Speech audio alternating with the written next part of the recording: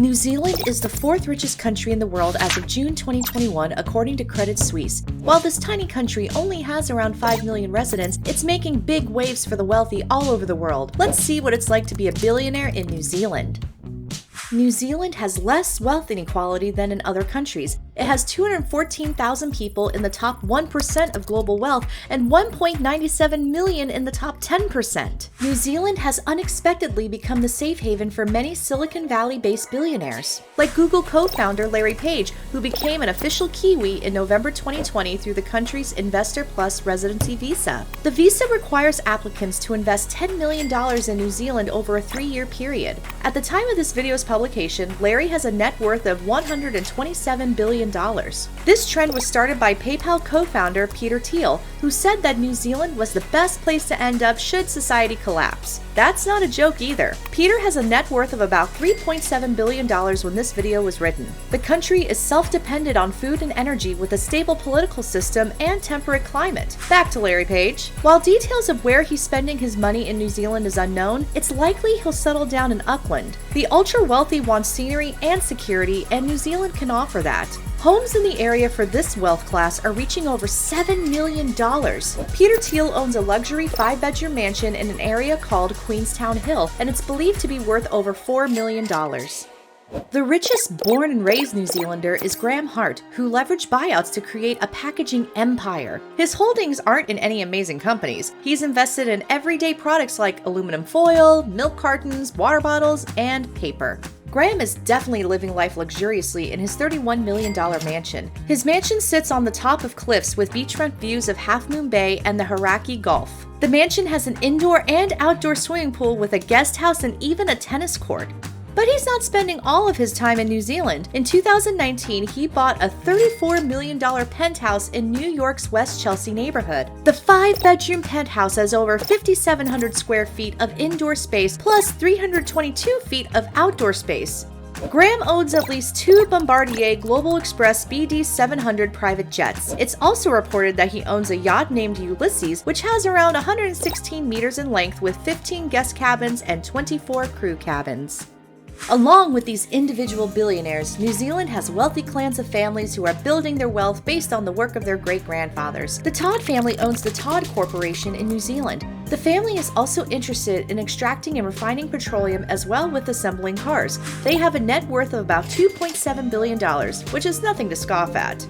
This next family truly comes from humble beginnings. With a net worth of about $1.9 billion at the time this video was produced, the Mowbray family had humble beginnings and did not grow up wealthy. Their parents were a teacher and an engineer. The 3 siblings, Nick, Matt, and Anna, got a $20,000 loan, which they have turned into a family fortune. They had been dreaming about starting a toy company even back when they were 12 years old. The company makes inexpensive toys that are engaging and innovative. Today, Zuru has a presence in over 120 countries and makes around $400 million annually.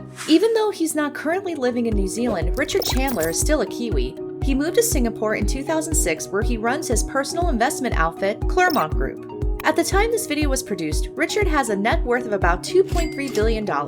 He and his brother Christopher got their start in 1986 when they sold their parents' business and then started the investment firm Sovereign Global in 2006. Claremont Group is connected with Sovereign, and it has tons of investments in healthcare, technology, and financial services. The firm also owns Hon Mai Medical Corporation, which is the largest private healthcare group in Vietnam. Like Richard Chandler, Peter Cooper no longer lives in New Zealand. Instead, he's living in California, where he built most of his wealth. His net worth is around $2 to $3 billion at the time of making this video. Like the other billionaires in this video, he's made his money from investments. His company, Cooper & Company, was behind the development of the shopping center Britomart. His company also developed the luxury vacation spot, The Landing in the Bay of Islands. Finally, Peter's company went to the United States and developed South Lake Town Square in Texas. By the way, did you know Barack Obama stayed at the Landing when he was visiting New Zealand? Peter definitely felt that success when that happened. He was also part of the creation of the brewing giant Lion Nathan. He may have left New Zealand financially stable, but he's coming back as a billionaire.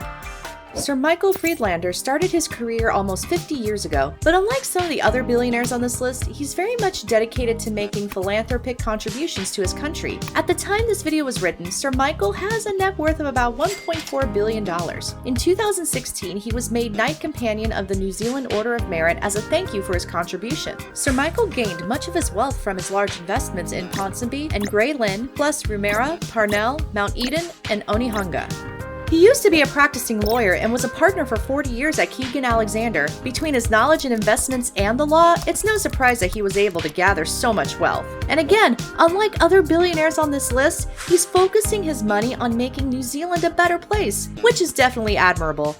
While Michelin star ratings are few and far between in Australia and New Zealand, billionaires know just the right places to go to get a gourmet meal. Most billionaires hang around Auckland, which has 3 Michelin star restaurants as of January 2021. The best rated restaurant is the Grove restaurant, which is led by Michelin starred chef Mark de Passario. Reservations have to be made months in advance and plates are around $85 to $120, which is a deal compared to other Michelin starred restaurants. Another restaurant regularly enjoyed by billionaires is Siddharth Restaurant, led by Sid Sarawat. This Indian-centric restaurant also specializes in wine pairing with your meal for the ultimate experience of culture and tradition with every bite. He also runs the restaurant Sid at the French Cafe. This Michelin chef gets around. The restaurant offers a 4-course meal for guests, giving them lots to choose from. Clearly, billionaires in New Zealand are still in the infant stages of watching their country become more catered to the ultra-wealthy. One of the most expensive neighborhoods is Queenstown Hill, as I mentioned earlier. There's an estate known as Wayuna Estate, and it's worth around $14 million, but that's not the most expensive place to live. In 2013, an anonymous buyer paid over $27 million for a mansion in Auckland's Arake. In central Auckland, a penthouse in Pacifica Tower on the 53rd and 54th floor has an asking price of nearly $30 million. Another expensive neighborhood is the Bay of Islands, where homes are going for around $10 million, but even then, those homes aren't listed publicly. Owners and real estate agents tap into an exclusive list of buyers. Let's close out this video by talking about the future generations of the wealthy elite. There are social elite clubs for rich young New Zealanders, one of them being called the Yaya Club. In fact, New Zealand's Prime Minister's son, Max Key, is a member. These rich kids are enjoying helicopters, designer clothes, fine dining, and exclusive memberships to the most elite social circles. While these kids are born with money, many of them are starting to pioneer their own wealth while using their parents' connections to rise to the top. Sadly, these rich kids are rarely exposed to less wealthy circles and don't have a lot of knowledge when it comes to politics. They're also less involved in community activities. In other words, they're not leaving their elite bubble. But what's interesting is that there is a generation of young rich Kiwis who are making their own fortunes who are not coming from wealthy families. Perhaps those rich kids will be the ones to make a difference.